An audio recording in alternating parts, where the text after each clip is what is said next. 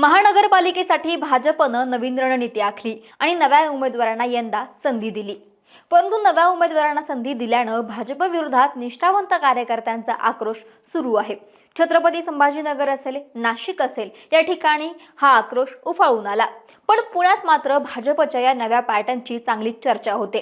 पुण्यात भाजपकडून विद्यमान नगरसेवकांची तिकीटे कापून नव्यांना संधी देण्यात आली आहे। पुण्यात भाजपनं यंदा जवळपास निम्म्या म्हणजेच 42 विद्यमान नगरसेवकांची उमेदवारी नाकारली आहे। काही आमदार आणि नेत्यांच्या मुलांचाही यात समावेश आहे। त्यामुळे व्हिडिओतून पाहूयात की कोणत्या दिग्गजांना भाजपनं घरी बसवलंय। नमस्कार, मी अक्षता आणि तुम्ही पाहताय सकाळ।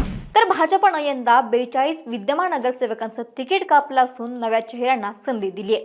आता ज्या विद्यमान नगरसेवकांना पक्षानं उमेदवारी नाकारली आहे ते विद्यमान नगरसेवक नेमके कोण होते पाहूयात। ऐश्वर्या जाधव, मारुती सांगळे, आयुष शेख, श्वेता गलांडे खोसे, मुक्ता जगताप, सुनीता गलांडे, संदीप जराड, सोनाली लांडगे, राजश्री काळे, आदित्य माळवे, सुनीता वाडेकर, अर्चना मुसळे, बंडू ढोरे, स्वप्नाली सायकर, ज्योती कळमकर, अमोल बालवडकर, श्रद्धा प्रभुणे, हर्षाली माधवड, दीपक पोटे, माधुरी सहस्त्रबुद्धे, जयंत भावे, स्वाती लोखंडे, निलिमा खाडे, ज्योत्स्ना एकबोटे, राजेश येनपुरे, योगेश समेळ, सुलोचना कोंढरे, विजयलक्ष्मी हरियार, आरती कोंढरे, सम्राट थोरात, मनीषा लडकत, संजय घुले, कविता वैरागे, राजश्री शिळीमकर, प्रवीण चोरबोले, सरस्वती शेंगडिगे, आनंद रिठे, शंकर पवार, वृषाली चौरे, नीता दांगट, राजश्री नवले आणि दिशा माने या नगरसेवकांना भाजपनं उमेदवारी नाकारली आहे। आता या उमेदवारांना तिकीट नाकारण्यामागे काही महत्त्वाची कारणं सुद्धा आहेत।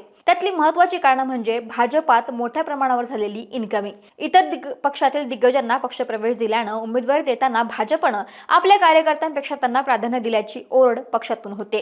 दुसरं म्हणजे प्रत्येक प्रभागात अभ्यास आणि सर्व्हे करण्यात आला, त्यात विद्यमान नगरसेवकांनी केलेल्या कारभाराची खातरजमा केली आणि लोकांचा कल यावेळी जाणून घेतला गेला।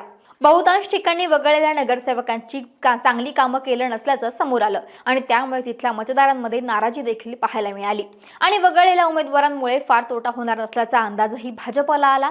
या आणि अशा अनेक कारणांमुळे भाजपनं या विद्यमान नगरसेवकांना घरी बसवले। त्यामुळे आता नवीन उमेदवार काय जलवा दाखवतात हे पाहावं लागेल।